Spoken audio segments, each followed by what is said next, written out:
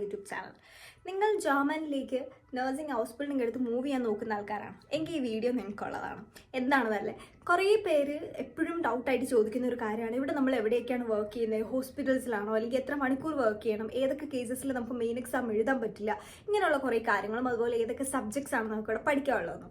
അങ്ങനെ ഇന്ന് നമുക്കിതെല്ലാം ഉൾക്കൊള്ളിച്ചുള്ള ഒരു വീഡിയോ ആണ്. അപ്പം ഈ ചാനൽ ആദ്യമായിട്ട് കാണുന്നവരാണെന്നുണ്ടെങ്കിൽ ഫസ്റ്റ്ലി ഞാൻ എന്നെ ഒന്ന് പരിചയപ്പെടുത്താം. എൻ്റെ പേര് ലിസ്ന, എനിക്ക് 21 വയസ്സുണ്ട്. ഞാൻ ജർമ്മനിയിൽ സെക്കൻഡ് ഇയർ നഴ്സിംഗ് സ്റ്റുഡൻ്റ് ആണ്, ഹൗസ് ബിൽഡിംഗ് നഴ്സിംഗ് സ്റ്റുഡൻ്റ് ആണ്. ഇപ്പോൾ ജർമ്മനി വന്നിട്ട് ഏകദേശം 2 കൊല്ലം കഴിഞ്ഞു. അപ്പോൾ നമുക്ക് നേരെ അങ്ങ് വീഡിയോയിലേക്ക് പോയാലോ. അപ്പോൾ ഫസ്റ്റ് തന്നെ നമുക്ക് നഴ്സിംഗിൻ്റെ ഒരു ഓവർവ്യൂ നോക്കാം. അതായത് നമുക്ക് ഇവിടെ നഴ്സിംഗ് ഹൗസ് ബിൽഡിംഗ് പഠിക്കുന്ന ടൈമിൽ തിയറി എഡ്യൂക്കേഷനായിട്ട് 2100 മണിക്കൂറും അതുപോലെ പ്രാക്ടിക്കൽ എഡ്യൂക്കേഷനായിട്ട് അല്ലെങ്കിൽ പ്രാക്ടിക്കൽ ട്രെയിനിങ് ആയിട്ട് 2500 മണിക്കൂറുമാണ് നമുക്ക് വർക്ക് ചെയ്യേണ്ടതും പഠിക്കേണ്ടതും ആയിട്ടുള്ളത്. ആൻഡ് ഈ പറയുന്ന 2500 മണിക്കൂർ പ്രാക്ടിക്കൽ എക്സ്പീരിയൻസ് ഉണ്ടല്ലോ, അത് നമ്മൾ 3 വർഷം കൊണ്ട് ഉണ്ടാക്കിയെടുക്കുന്ന എക്സ്പീരിയൻസ് ആണ്. ചെറിയ എക്സ്പീരിയൻസ് ഒന്നുമല്ല, വലിയൊരു എക്സ്പീരിയൻസ് തന്നെയാണ്. അത് നമ്മൾ ഒരു സ്ഥലത്തു നിന്ന് മാത്രമല്ല, എല്ലാ സ്ഥലത്തു നിന്നും, ഇപ്പം ഓൾഡ് ഏജ് ഹോം, ഹോസ്പിറ്റൽസ്, അല്ലെങ്കിൽ സൈക്യാട്രി സെക്ഷൻ, കിൻഡേഴ്സിൻ്റെ കുഞ്ഞുങ്ങളുടെ കൂടെയുള്ള സെക്ഷൻ, അങ്ങനെ എല്ലായിടത്തു നിന്നും നമ്മൾ ഉണ്ടാക്കിയെടുക്കുന്ന എക്സ്പീരിയൻസ് ആണ് ഈ 2500 എന്ന് പറയുന്നത്. തിയറി ബേസ് ആയിട്ടുള്ള 2100 മണിക്കൂർ നമ്മൾ ഈ 3 വർഷം കൊണ്ടാണ് കംപ്ലീറ്റ് ചെയ്യുന്നത്. ഒറ്റ വർഷമല്ല ഈ 2100 എന്ന് പറയുന്നത്, 3 വർഷത്തേക്ക് കൂടെ കൂടിയിട്ടാണ്. ആൻഡ് ഈ 3 വർഷം നമ്മളിതൊരു സ്കൂളിലായിരിക്കാം പഠിക്കുന്നത്. വൊക്കേഷണൽ ട്രെയിനിങ് സ്കൂൾസ് ഉണ്ടല്ലോ, സ്കൂൾസിലായിരിക്കും നമ്മളിത് പഠിക്കുന്നത്. കുറേ പേരുടെ സംശയമാണ് നമ്മളിത് യൂണിവേഴ്സിറ്റിയിലാണോ പഠിക്കുന്നത് എന്നുള്ളത്. ആക്ച്വലി നമ്മൾ നഴ്സിംഗ് ഹൗസ് ബിൽഡിംഗ് യൂണിവേഴ്സിറ്റിയിലല്ല പഠിക്കുന്നത്, വൊക്കേഷണൽ ട്രെയിനിങ് സ്കൂൾസിലാണ് നമ്മളിത് പഠിക്കുന്നത്. അപ്പോൾ ഈ 2100 മണിക്കൂർ 3 ഇയേഴ്സിലേക്കുള്ളതാണ്. അതിൽ എല്ലാ സബ്ജക്ട്സും കാര്യങ്ങളും വരും. അത് നമ്മൾ തുടർന്ന് ഡിസ്കസ് ചെയ്യുന്നത്. അതുപോലെ മെയിൻ എനിക്ക് മനസ്സിലായ ഒരു ഡിഫറൻസ്, നമ്മുടെ നാടുകളിൽ അപേക്ഷിച്ചിട്ട് നഴ്സിംഗ് നമ്മളിവിടെ പഠിക്കുമ്പോഴത്തേക്കും കുറച്ചുകൂടി സെൽഫ് ലേണിംഗ് ആണ്. നമ്മൾ സ്വയമാണ് പഠിക്കുന്നത്, നമ്മൾ ഒരാൾ പഠിപ്പിക്കുമല്ല. എന്ന് വെച്ചാൽ ടീച്ചേഴ്സ് ക്ലാസ് എടുക്കില്ല എന്നല്ല, എങ്കിലും നമ്മൾ സ്വയം പഠിക്കണം. നമ്മൾ സ്വയം ആൻസേഴ്സ് കണ്ടെത്തി, നമ്മൾ സ്വയം റിസർച്ച് ചെയ്ത് അങ്ങനെ പഠിക്കണം. അവരുടെ ഭാഗത്തുനിന്ന് ഹെൽപ്പ് ഉണ്ടാവും. എല്ലാ കേസസിലും അല്ല, കുറേ അധികം നമ്മളിവിടെ സ്വയം കണ്ടെത്തി പഠിക്കുന്ന കൂട്ടത്തിലാണ് നമ്മളിവിടെ നഴ്സിംഗ് പഠിച്ചു പോകുന്നത്. അപ്പം അതിൻ്റേതായിട്ടുള്ള ഡിഫിക്കൽട്ടീസ് നമുക്ക് നാട്ടിൽ നിന്ന് വരുന്നവർക്ക് ഉണ്ടാവാറുണ്ട്. നമ്മളങ്ങനെ കാണാപ്പാഠം പഠിച്ച് ശീലിച്ചു വന്ന പിള്ളേർക്ക് വേഗം ഒരു സുപ്രഭാതത്തിൽ സംതിങ് നമുക്കൊരു പരിചയമില്ലാത്തൊരു കോഴ്സൊക്കെ നമ്മൾ കണ്ടുപിടിച്ച് നമ്മൾ സ്വയം പഠിക്കുക എന്ന് പറയുമ്പോൾ കുറച്ചൊരു ടാസ്ക് ആയിട്ട് തന്നെ അത് വരും. അതുപോലെ തന്നെ നമുക്ക് സ്കൂൾ ബേസ് ചെയ്തിട്ടുള്ള ഇന്റേൺഷിപ്പ് ഉണ്ടാവാം. അങ്ങനെ കുറേ കാര്യങ്ങളുണ്ട്. അതൊക്കെ ഓരോ സ്കൂൾസ് വെച്ചിട്ട് ചിലപ്പോൾ ഡിഫറെൻ്റ് ആയിരിക്കും കേട്ടോ. ചിലയിടത്ത് ഞാൻ കണ്ടിട്ടുണ്ട് നമുക്ക് എബ്രോഡൊക്കെ ഇന്റേൺഷിപ്പ് ചെയ്യാൻ പോകാൻ പറ്റും. നിലവിൽ ഞാൻ പഠിക്കുന്ന സ്കൂൾസിലൊന്നും അങ്ങനത്തെ ഒരു ഓപ്ഷൻ ഇല്ല. ഞാൻ ആരുടെ വ്ലോഗിൽ കണ്ടാണ്. പിന്നെ നമുക്ക് വീക്ക്ലി 39 to 40 അല്ലെങ്കിൽ 35 to 40 എന്ന് പറയാം. അങ്ങനെ ആയിരിക്കും നമ്മുടെ ഒരു വീക്ക്ലി അവേഴ്സ് നമ്മൾ വർക്ക് ചെയ്യേണ്ടതായിട്ടുള്ളൊരു ഇത് വരുന്നത്. അതും നമ്മുടെ വർക്ക് പ്ലേസ് ഒക്കെ വെച്ചിട്ട് ഡിഫറൻസ് ഉണ്ടാവും. അതുപോലെ ഈ പറയുന്ന വെക്കേഷൻസും കാര്യങ്ങളും വർക്ക് പ്ലേസ് വെച്ചിട്ട് ഡിഫറൻസ് ഉണ്ടാവും. എനിക്കൊക്കെ 30 ഉണ്ടോ, എനിക്ക് 30 ആണോ 39 ആണോ സംതിങ്, എത്രയാണ് എനിക്ക് വെക്കേഷൻ, 20 ആണോ സംതിങ്, അങ്ങനെയാണ് എൻ്റെ വെക്കേഷൻ വരുന്നത്. പക്ഷെ എൻ്റെ ഫ്രണ്ട്സിന് ചിലപ്പോൾ 5 വീക്ക് വെക്കേഷൻ ഉള്ളവരുണ്ട്, 6 വീക്ക് വെക്കേഷൻ ഉള്ളവരുണ്ട്. അത് ഓരോ ഇതനുസരിച്ചിട്ടിരിക്കും, എന്താ നമ്മുടെ ഓർഗനൈസേഷനും കാര്യങ്ങളും അനുസരിച്ചിട്ടിരിക്കും. അതുപോലെ നിങ്ങൾ കുറേ പേര് നാട്ടിൽ നിന്ന് ഹൗസ് ബിൽഡിംഗ് നോക്കുന്നവർ കേട്ടിട്ടുണ്ടാവും, നമ്മൾ സ്കൂളിൽ എന്താണോ പഠിക്കുന്നത് അതാണ് നമ്മൾ പ്രാക്ടിക്കൽ ടൈമിൽ അവിടെ പോയി ചെയ്യാന്നുള്ളത്. പക്ഷെ എല്ലാ കേസസിലും അങ്ങനെയല്ല. നമ്മളിപ്പോൾ സ്കൂളിൽ പഠിക്കുന്ന കാര്യങ്ങളായിരിക്കില്ല അവിടെ പോയി ചെയ്യുന്നത്. കാരണം ഇത് എൻ്റെ ഓൺ എക്സ്പീരിയൻസ് എന്ന് ഞാൻ പറയുന്നതാണ്. ഞാൻ സ്കൂളിൽ പഠിക്കാത്ത പല കാര്യങ്ങളും പ്രാക്ടിക്കലിലൂടെ ഞാൻ ഫസ്റ്റ് പഠിച്ചതായിട്ടുണ്ട്. അത് നമുക്ക് ഡിഫറൻസ് ചെയ്ത് വരും. കാരണം ചിലപ്പോൾ നമ്മൾ അവിടെ കുറച്ച് കൂടുതൽ പഠിക്കും, ചിലപ്പോൾ സ്കൂളിൽ കുറച്ച് ഡിലേ ആയിട്ടായിരിക്കും എല്ലാം വരുന്നത്. അങ്ങനെ ഒരു ഡിഫറൻസ് ഉണ്ടാവും. അതുപോലെ തന്നെ നമ്മൾ പ്രാക്ടിക്കൽ ടൈമിൽ പഠിച്ച കാര്യങ്ങൾ യൂസ് ചെയ്യുക മാത്രമല്ല, നേരെ മറിച്ച് പ്രാക്ടിക്കലിനോട് വരുന്നതാണ് ഡോക്യുമെന്റേഷനും കാര്യങ്ങളൊക്കെ. അതൊന്നും നമുക്ക് തിയറി ബേസ് ചെയ്ത് മര്യാദയ്ക്ക് പഠിക്കാനായിട്ട് പറ്റില്ല. ലൈക്ക് അതൊക്കെ നമുക്ക് പ്രാക്ടിക്കൽ എക്സ്പീരിയൻസ് ഉണ്ടെങ്കിലാണ്. ഇപ്പോൾ നമ്മളിപ്പോൾ ഒരു ഇത് പഠിക്കുകയാണ്, ഓപ്പറേഷൻ്റെ നമ്മൾ തിയറി പഠിക്കുകയാണ്, എങ്ങനെയാണ് ഒരാൾ ഓപ്പറേഷൻ ചെയ്യേണ്ടത്. ഇപ്പം എൻ്റെ ഹൃദയം ഓപ്പറേഷൻ ചെയ്യണമെങ്കിൽ അതെങ്ങനെ ചെയ്യും എന്നുള്ളൊരു തിയറി നമ്മൾ പഠിക്കുകയാണ്. പക്ഷെ ആ തിയറിയിൽ കൂടുതൽ നമുക്ക് വർക്ക് ആവുന്നത് എപ്പോഴും പ്രാക്ടിക്കൽ എക്സ്പീരിയൻസസ് ആയിരിക്കും. അപ്പോൾ ഡോക്യുമെൻറ്റേഷൻ്റെ കേസിലും ആ ഒരു പ്രാക്ടിക്കൽ എക്സ്പീരിയൻസ് നമ്മൾ ഏതൊക്കെ സ്റ്റേഷനിൽ പോകുന്നു അല്ലെങ്കിൽ ഏതൊക്കെ വർക്ക് പ്ലേസിൽ പോകുന്നു അവിടെ നിന്നൊക്കെ നമുക്ക് ഡിഫറെൻറ്റ് കൈൻഡ്സ് ഓഫ് എക്സ്പീരിയൻസും ഡിഫറെൻറ്റ് കൈൻഡ്സ് ഓഫ് പീപ്പിൾസിൻ്റെ കയ്യിൽ നിന്ന് കിട്ടുന്ന വാക്കുകളും ഒക്കെ ആയിരിക്കും നമുക്ക് കിട്ടുന്നത്. ലൈക്ക് ഒരു ഹൗസ് ലെൻഡർ എന്നുള്ള നിലയ്ക്ക് ഞാൻ പറയുകയാണെന്നുണ്ടെങ്കിൽ എന്നുണ്ടെങ്കിൽ എനിക്കത് ഭയങ്കര അടിപൊളിയാണ്. കാരണം ഇപ്പം ഞാൻ വർക്ക് ചെയ്യുന്ന എൻ്റെ ട്രൈഗറിൻ്റെ അടുത്തുനിന്ന് എനിക്ക് കിട്ടുന്നതിനേക്കാൾ കൂടുതലും അല്ലെങ്കിൽ അതിനേക്കാൾ അടിപൊളിയായിട്ടുള്ള പല കാര്യങ്ങളും വേറെ പല ഡോക്യുമെൻറ്റേഷനിൽ നിന്ന് ഞാൻ പഠിച്ചിട്ടുണ്ട്. അപ്പോൾ അതെനിക്കൊരു അടിപൊളി എക്സ്പീരിയൻസ് ആയിട്ടാണ് തോന്നുന്നത്. നമുക്ക് ഭാവിയിലേക്ക് അത് എടുക്കാം, അല്ലെങ്കിൽ അത് യൂസ് ചെയ്യാൻ പാകത്തിനുള്ള എക്സ്പീരിയൻസ് നമുക്ക് അവിടെ നിന്ന് എടുക്കാം, ഏൺ ചെയ്തെടുക്കാൻ പറ്റും. മാക്സിമം നമ്മൾ ശ്രമിച്ചിട്ടുണ്ടെങ്കിൽ. നമ്മൾ ശ്രമിക്കാണ്ട് ഇതൊന്നും നമുക്ക് കിട്ടത്തുമില്ല. ഇത് ഞാൻ നിങ്ങളെ കാണിക്കാൻ വേണ്ടി ഉദ്ദേശിക്കുന്നത്, അപ്പോൾ ഇത് എൻ്റെ സ്കൂളിൻ്റെ ആണ്. ഞാൻ സ്കൂളിൻ്റെ പേര് മറക്കുകയാണ്, കാരണം നമുക്ക് എന്തുണ്ട്, ഡേറ്റ പ്രൊട്ടക്ഷൻ ഉണ്ട്. ഓക്കെ, അപ്പോൾ ഇത് എൻ്റെ സ്കൂളിൽ നിന്ന് എനിക്ക് കിട്ടിയിട്ടുള്ള പേപ്പറാണ്. നിങ്ങൾക്ക് കാണാമെന്ന് ഞാൻ വിശ്വസിക്കുന്നു. ഓക്കെ, കാണാമല്ലോ അല്ലേ? ഇത് എൻ്റെ 3 വർഷത്തേക്ക് എനിക്ക് കിട്ടിയിരിക്കുന്ന പേപ്പറാണ്. ഈ 3 വർഷത്തേക്ക് കിട്ടിയിരിക്കുന്ന ഈ പേപ്പറിൽ സ്റ്റേറ്റ് ചെയ്തിരിക്കുന്നത് വേറൊന്നുമല്ല. ഞാൻ 2023-24 എൻ്റെ ഹൗസ് ബിൽഡിങ് സ്റ്റാർട്ട് ചെയ്തത്. ആ ഒരു ടൈമിൽ എനിക്ക് ഏത് ടൈമിലാണ് ക്ലാസ്സസ് വരുന്നത്, ഏത് ടൈമിലാണ് എനിക്ക് ലൈക്ക് ഇപ്പോൾ എന്താ പറയുക, കാണാമല്ലോ, ഇപ്പോൾ എനിക്ക് ഏത് ടൈമിലാണ് ക്ലാസ് സ്റ്റാർട്ട് ചെയ്യുന്നത്, ഏത് ടൈമിലാണ് എനിക്ക് വർക്ക്, ഏത് ടൈമിലാണ് എനിക്ക് വെക്കേഷൻ, കാര്യങ്ങളൊക്കെയാണ്. എവിടെയാണോ ഉർലോബ് എന്ന് കൊടുത്തിട്ടുള്ളത് ആ ഒരു സ്ഥലത്തൊക്കെ എനിക്ക് വെക്കേഷൻ എടുക്കാൻ ഞാൻ അലൗഡ് ആണ്. അപ്പോൾ ഇങ്ങനെ എനിക്ക് 3 വർഷത്തേക്കുള്ള പ്ലാൻ ഫ്രീ ആയിട്ട് കിട്ടിയിരിക്കുന്നത്. മുമ്പായിട്ട് കിട്ടി, ഇതെനിക്ക് ക്ലാസ് തുടങ്ങിയ ടൈമിൽ കിട്ടിയതാണ്. ഇത് വെച്ചിട്ട് തന്നെയാണ് ഞങ്ങളുടെ ഹൗസ് ബിൽഡിങ് മുമ്പോട്ട് പോകുന്നത്. ആൻഡ് ഐ ഡോണ്ട് നോ എല്ലാ സ്കൂളിൻ്റെ കേസസിലും അല്ലെങ്കിൽ എല്ലാ സ്റ്റേറ്റിൻ്റെ കേസസിലും ഇങ്ങനെയാണോ, സ്കൂൾ വെച്ചിട്ടും സ്റ്റേറ്റ് വെച്ചിട്ടും ഡിഫറൻസ് ഉണ്ടാവും. എനിക്ക് പേഴ്സണലി വേറെ ആരെയും പരിചയം ഇല്ലാത്തത് മൂലം എനിക്ക് അറിയത്തില്ല അതിനെപ്പറ്റി. അപ്പം അത് ഡിഫറൻസ് ഉണ്ടാവും. പക്ഷെ ഞങ്ങളുടെ സ്കൂളിൽ, ഞാൻ നീഡർസാക്സൺ എന്ന് പറഞ്ഞ സ്റ്റേറ്റിലാണുള്ളത്, ഞങ്ങളുടെ സ്കൂളിൽ അത് ഫ്രീ ആയിട്ട് തന്നിട്ടുണ്ട്. നമ്മൾ ഏതൊക്കെ ടൈമിൽ ഏതൊക്കെ സ്ഥലത്താണ് പോകുന്നതെന്നും കാര്യങ്ങളെല്ലാം ഇതിൻ്റെ അകത്ത് ഓൾറെഡി ഉണ്ട്. അതുപോലെ തന്നെ എത്ര മണിക്കൂർ നമ്മൾ എവിടെയൊക്കെ വർക്ക് ചെയ്യുമെന്നുള്ളൊരു കാര്യം ഞങ്ങൾക്ക് തന്നിട്ടുണ്ട്. അത് ഈ പേപ്പറാണ്. ഇതിലിപ്പോൾ ഓറിയൻറ്ററിങ്സ് പ്രാക്ടിക്കും ടൈൽ ലൈൻസ് കൊടുത്തിട്ടുണ്ട്. അത് നമ്മൾ ട്രൈഗറിൻ്റെ അടുത്താണ് ചെയ്യുന്നത് 3 ആഴ്ച. അത് ട്രൈഗർ എന്ന് പറയുമ്പോഴത്തേക്കും നമ്മൾ ആരുടെ അടുത്താണോ നമുക്ക് കോൺട്രാക്റ്റ് ഉള്ളത്, വർക്കിൻ്റെ കോൺട്രാക്റ്റ് ഉള്ളത് അവരുടെ അടുത്ത്. പിന്നെ ഓറിയൻറ്ററും പ്രാക്ടിക്കും ടൈൽ സ്പൈയും നമ്മൾ ട്രൈഗറിൻ്റെ അടുത്താണ് ചെയ്യുന്നത്. അത് രണ്ടോടെ കമ്പൈൻ ചെയ്ത് 400 മണിക്കൂർ നമ്മൾ വർക്ക് ചെയ്യണം. പിന്നെ ഫ്ലിഷ് പ്രാക്ടിക്കും ഉണ്ട്. അത് നമുക്ക് എന്താ പറയുക, സ്റ്റച്ചിനെയറായിട്ടോ ലൈക്ക് അത് നമുക്ക്, ഞാൻ ട്രൈഗറിൻ്റെ അടുത്ത് തന്നെയാണ് ചെയ്തത്. പിന്നെ ഫ്ലിഷ് പ്രാക്ടിക്കും പീഡിയാട്രി ഉണ്ട്. അത് നമുക്ക്, പീഡിയാട്രി എന്ന് പറയുമ്പോൾ എല്ലാവർക്കും അറിയാം, പീഡിയാട്രി സെക്ഷൻ കുഞ്ഞുങ്ങളുടെ അടുത്ത്, അത് 120 മണിക്കൂറാണ് ചെയ്യേണ്ടത്. പിന്നെ ഫ്ലിഷ് പ്രാക്ടിക്കും ഉണ്ട്. അത് ഞാൻ ക്രങ്കൻ ഹൗസ് ആയിരുന്നു. അതുപോലെ തന്നെ അവിടെ കൊടുത്തിട്ടുണ്ട്. പിന്നെ ഫ്ലിഷ് പ്രാക്ടിക്കും അത് സെക്കൻഡ് ഇയറിലാണ്. ആംബുലാൻഡ് ഫ്ലീഗാണ്. ആംബുലാൻഡ് ഫ്ലീഗ് വർക്ക് ചെയ്യുന്നവർ, അത് ട്രൈഗർ ആയിട്ടുള്ളവർ സ്റ്റച്യൂണറിലേക്കും, അതായത് ഫ്ലീഗ ഹൈംസിലേക്കും, അതുപോലെ ഫ്ലീഗ ഹൈംസ് എന്നെ പോലെ ഫ്ലീഗ ഹൈംസ് ട്രൈഗർ ആയിട്ടുള്ളവർ ആംബുലാൻഡ് ഫ്ലീഗിലേക്കും. ഞാൻ അതുകൊണ്ട് ഇപ്പോൾ ആംബുലാൻഡയിലാണ് നിലവിൽ വർക്ക് ചെയ്ത് പോകുന്നത്. അതും 400, 800 മണിക്കൂർ നമ്മൾ സെക്കൻഡ് ഇയറിലും കവർ ചെയ്യേണ്ടതായിട്ടുണ്ട്. പിന്നെ തേർഡ് ഇയറിൽ ഞങ്ങൾക്ക് പഠിക്കാനുള്ളത്, എനിക്ക് പോകാനുള്ളത് സൈക്കാട്രി സെക്ഷനാണ്. സൈക്കാട്രി സെക്ഷനും എനിക്ക് 120 മണിക്കൂറാണുള്ളത്. അത് എനിക്ക് നിലവിൽ സൈക്കാട്രി സെക്ഷൻ അല്ല, നേരെ മറിച്ച് എനിക്ക് ടാഗസ് ഫ്ലീഗാണ് കിട്ടിയിട്ടുള്ളത്. പക്ഷേ എൻ്റെ ക്ലാസ്സിലുള്ള വേറെ പിള്ളേർക്ക് സൈക്കാട്രി സെക്ഷൻ ആയിട്ടുണ്ട്. ശരിക്കും എനിക്കിപ്പോൾ സൈക്കാട്രിയിലെ മെയിൻ ഒരു എക്സ്പീരിയൻസ് എനിക്ക് കിട്ടത്തില്ല എങ്ങനെ വന്നാലും. ടാഗസ് ഫ്ലീഗ് ഒരു എന്താ പറയുക, കുഞ്ഞുങ്ങളുടെ ഡേ കെയറിൽ, അതുപോലെ പ്രായമായിട്ടുള്ളവരുടെ ടേക്ക് കെയർ ആണ് ടാഗസ് ഫ്ലീഗ്. ഓക്കെ, അതുപോലെ ഫെർട്ടിഫുങ്സ് പ്രാക്ടിക്കും ഉണ്ട്. അതെനിക്ക് ട്രൈഗറിൻ്റെ അടുത്താണ്. 500 മണിക്കൂർ അവിടെ പോയി പണിയെടുക്കണം. പിന്നെ സൂസാറ്റ്സ് ഫെർട്ടിഫുങ്സ് പ്രാക്ടിക്കും ടൈൽ ഐൻസ് ഉണ്ട്. അതും ട്രൈഗറിൻ്റെ അടുത്താണ്. 80 മണിക്കൂർ. ഐ തിങ്ക് അവിടെയാണെന്ന് തോന്നുന്നു എനിക്ക്, അവിടെയോ അല്ലെങ്കിൽ സൂസാറ്റ്സ് ഫെർട്ടിഫുങ്സ് പ്രാക്ടിക്കും ടൈൽ സ്പൈയിൽ 80 മണിക്കൂറിൽ ഞാൻ എന്ത് ചെയ്യണം, നൈറ്റ് ഷിഫ്റ്റ് ചെയ്യേണ്ടത് ഈ 80 മണിക്കൂറിലാണ്. അതാണ് കാര്യം. അങ്ങനെ നമുക്ക് എല്ലാം ഫിക്സ് ആയിട്ട് പ്ലാൻ ചെയ്ത് തന്നിട്ടുണ്ട്. അത് വെച്ചിട്ടാണ് നമ്മുടെ ഹൗസ് ബിൽഡിംഗ് ഇവിടെ മുമ്പോട്ട് പോകുന്നത്. ഇനി നമുക്ക് നമ്മുടെ മെയിൻ ടോപ്പിക് ആയിട്ടുള്ള സബ്ജക്ട്സിലേക്ക് പോകാം. സബ്ജക്ട്സ് എന്ന് പറയുമ്പോഴത്തേക്കും നമുക്ക് ഫ്ലീഗെ വിസൻഷാഫ്റ്റ് ആൻഡ് പ്രാക്ടീസ്, അതായത് നഴ്സിംഗിന്റെ ബേസിക് ആയിട്ടുള്ള എല്ലാ കാര്യങ്ങളും നമുക്ക് പഠിക്കാൻ പറ്റും. ഞാനൊക്കെ ഫസ്റ്റ് ക്ലാസ്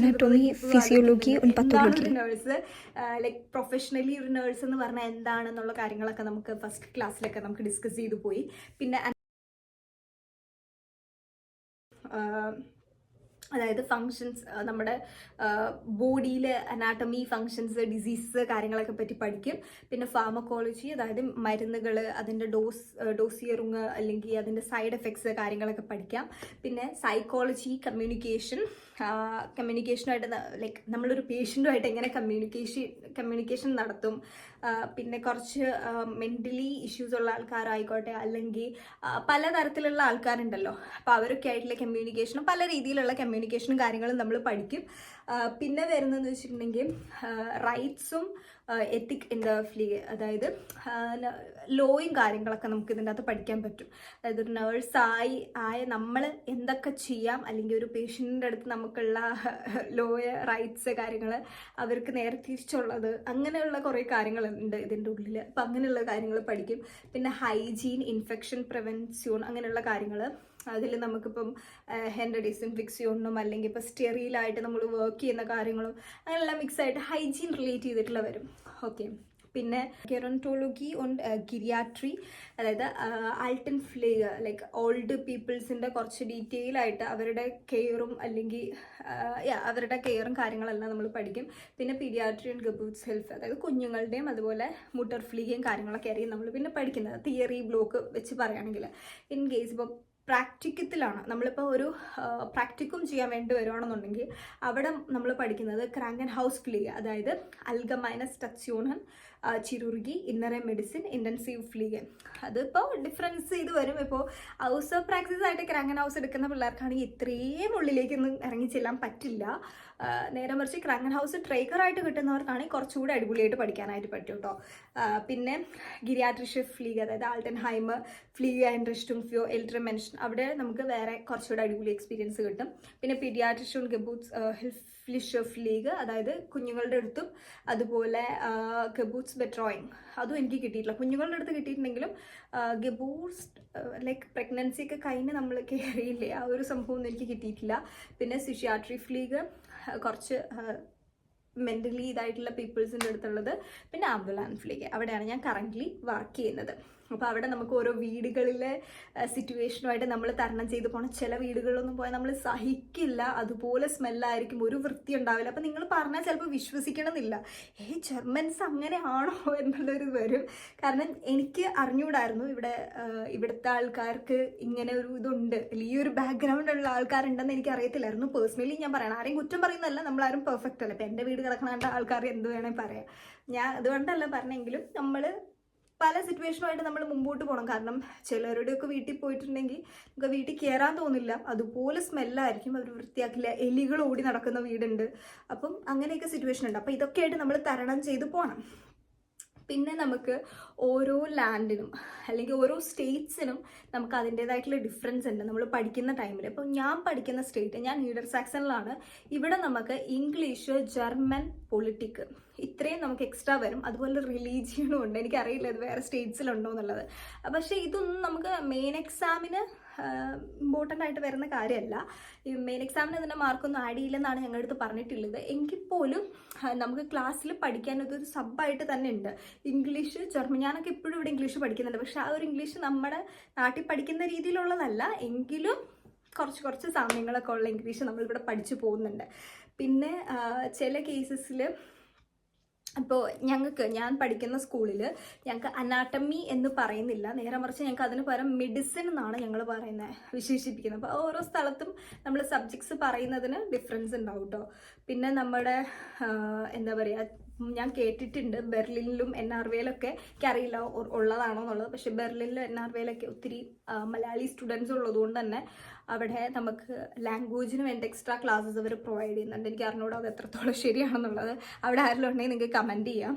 ഓക്കെ, ഇപ്പം ഞാൻ ഓൾറെഡി നിങ്ങളുടെ അടുത്ത് പറഞ്ഞു 2500 മണിക്കൂർ നമുക്ക് വർക്ക് ചെയ്യണം എന്നുള്ളത്. അപ്പോൾ അതിലെനിക്കൊരു 1000 മണിക്കൂർ എനിക്ക് വർക്ക് ചെയ്യാൻ പറ്റുള്ളൂ, ബാക്കി കംപ്ലീറ്റ് ഞാൻ ക്രാങ്ക് എടുത്തു എന്ന് വയ്ക്കാം.